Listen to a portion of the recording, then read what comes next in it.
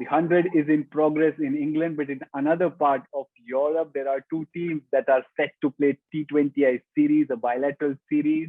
We're talking about Ireland and Netherlands on this edition of The Outside View.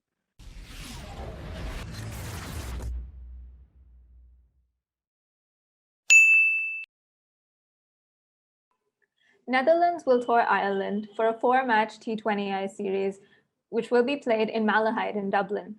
The 4 games will be played on the 26th, 27th, 29th, and 30th of July.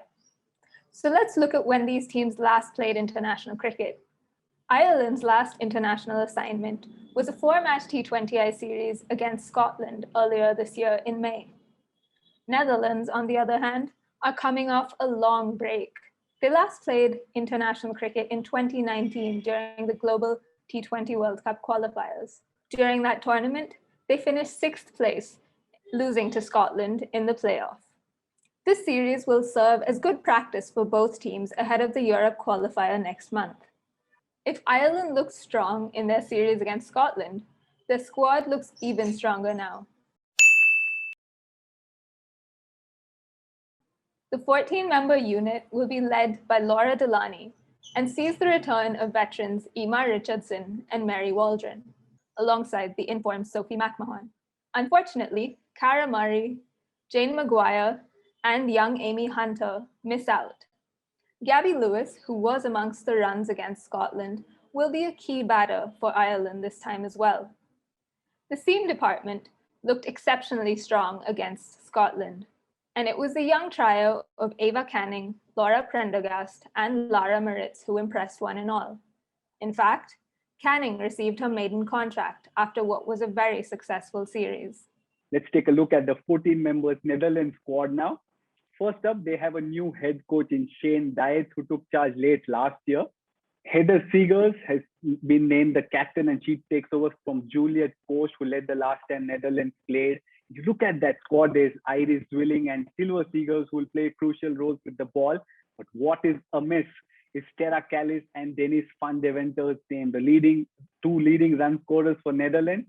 Van Deventer is not there, of course, but Tara Callis is playing the 100 for Northern Superchargers. So those are two big names missing. This is the Netherlands squad for the series. Let's talk about the key players now for Netherlands and Ireland. First up, Netherlands, and key player is going to be Babette de Leede, the wicketkeeper batter for them. She's the 5th highest run scorer as well, and she's been elevated to the vice captaincy role for this series as well. So those are all key points that she's been given additional responsibility. She's the niece of Tim de Leede, the former Netherlands men cricketer. But aside from that, she's been a regular feature in that Netherlands squad. So she'll probably be a key player for Netherlands this series. Key player for Ireland? Well, there are lots to choose from. Think of Gabby Lewis, Orla Prendergast, Laura Delaney. But this time, I've gone with a veteran, EIMEAR Richardson. The all-rounder is making a comeback to the team after a couple of years, yes, but she is one of their most experienced players. She's been around the block for many years, having made her T20I debut back in 2008. She's Ireland's 2nd highest wicket taker in the format, and also one of their top 10 run getters as well. She is a very, very valuable all-rounder, someone who plays very innovative shots, a key member of that middle order for Ireland. So going into this series, I think that despite the star qualities of all the other players, it is EIMEAR Richardson who will play a key role for Ireland. The stage is set, the teams are ready, and now it's time for them to take the field. The odds are surely in Ireland's favour. They have the home advantage, the recent form as well. But can Netherlands overthrow them?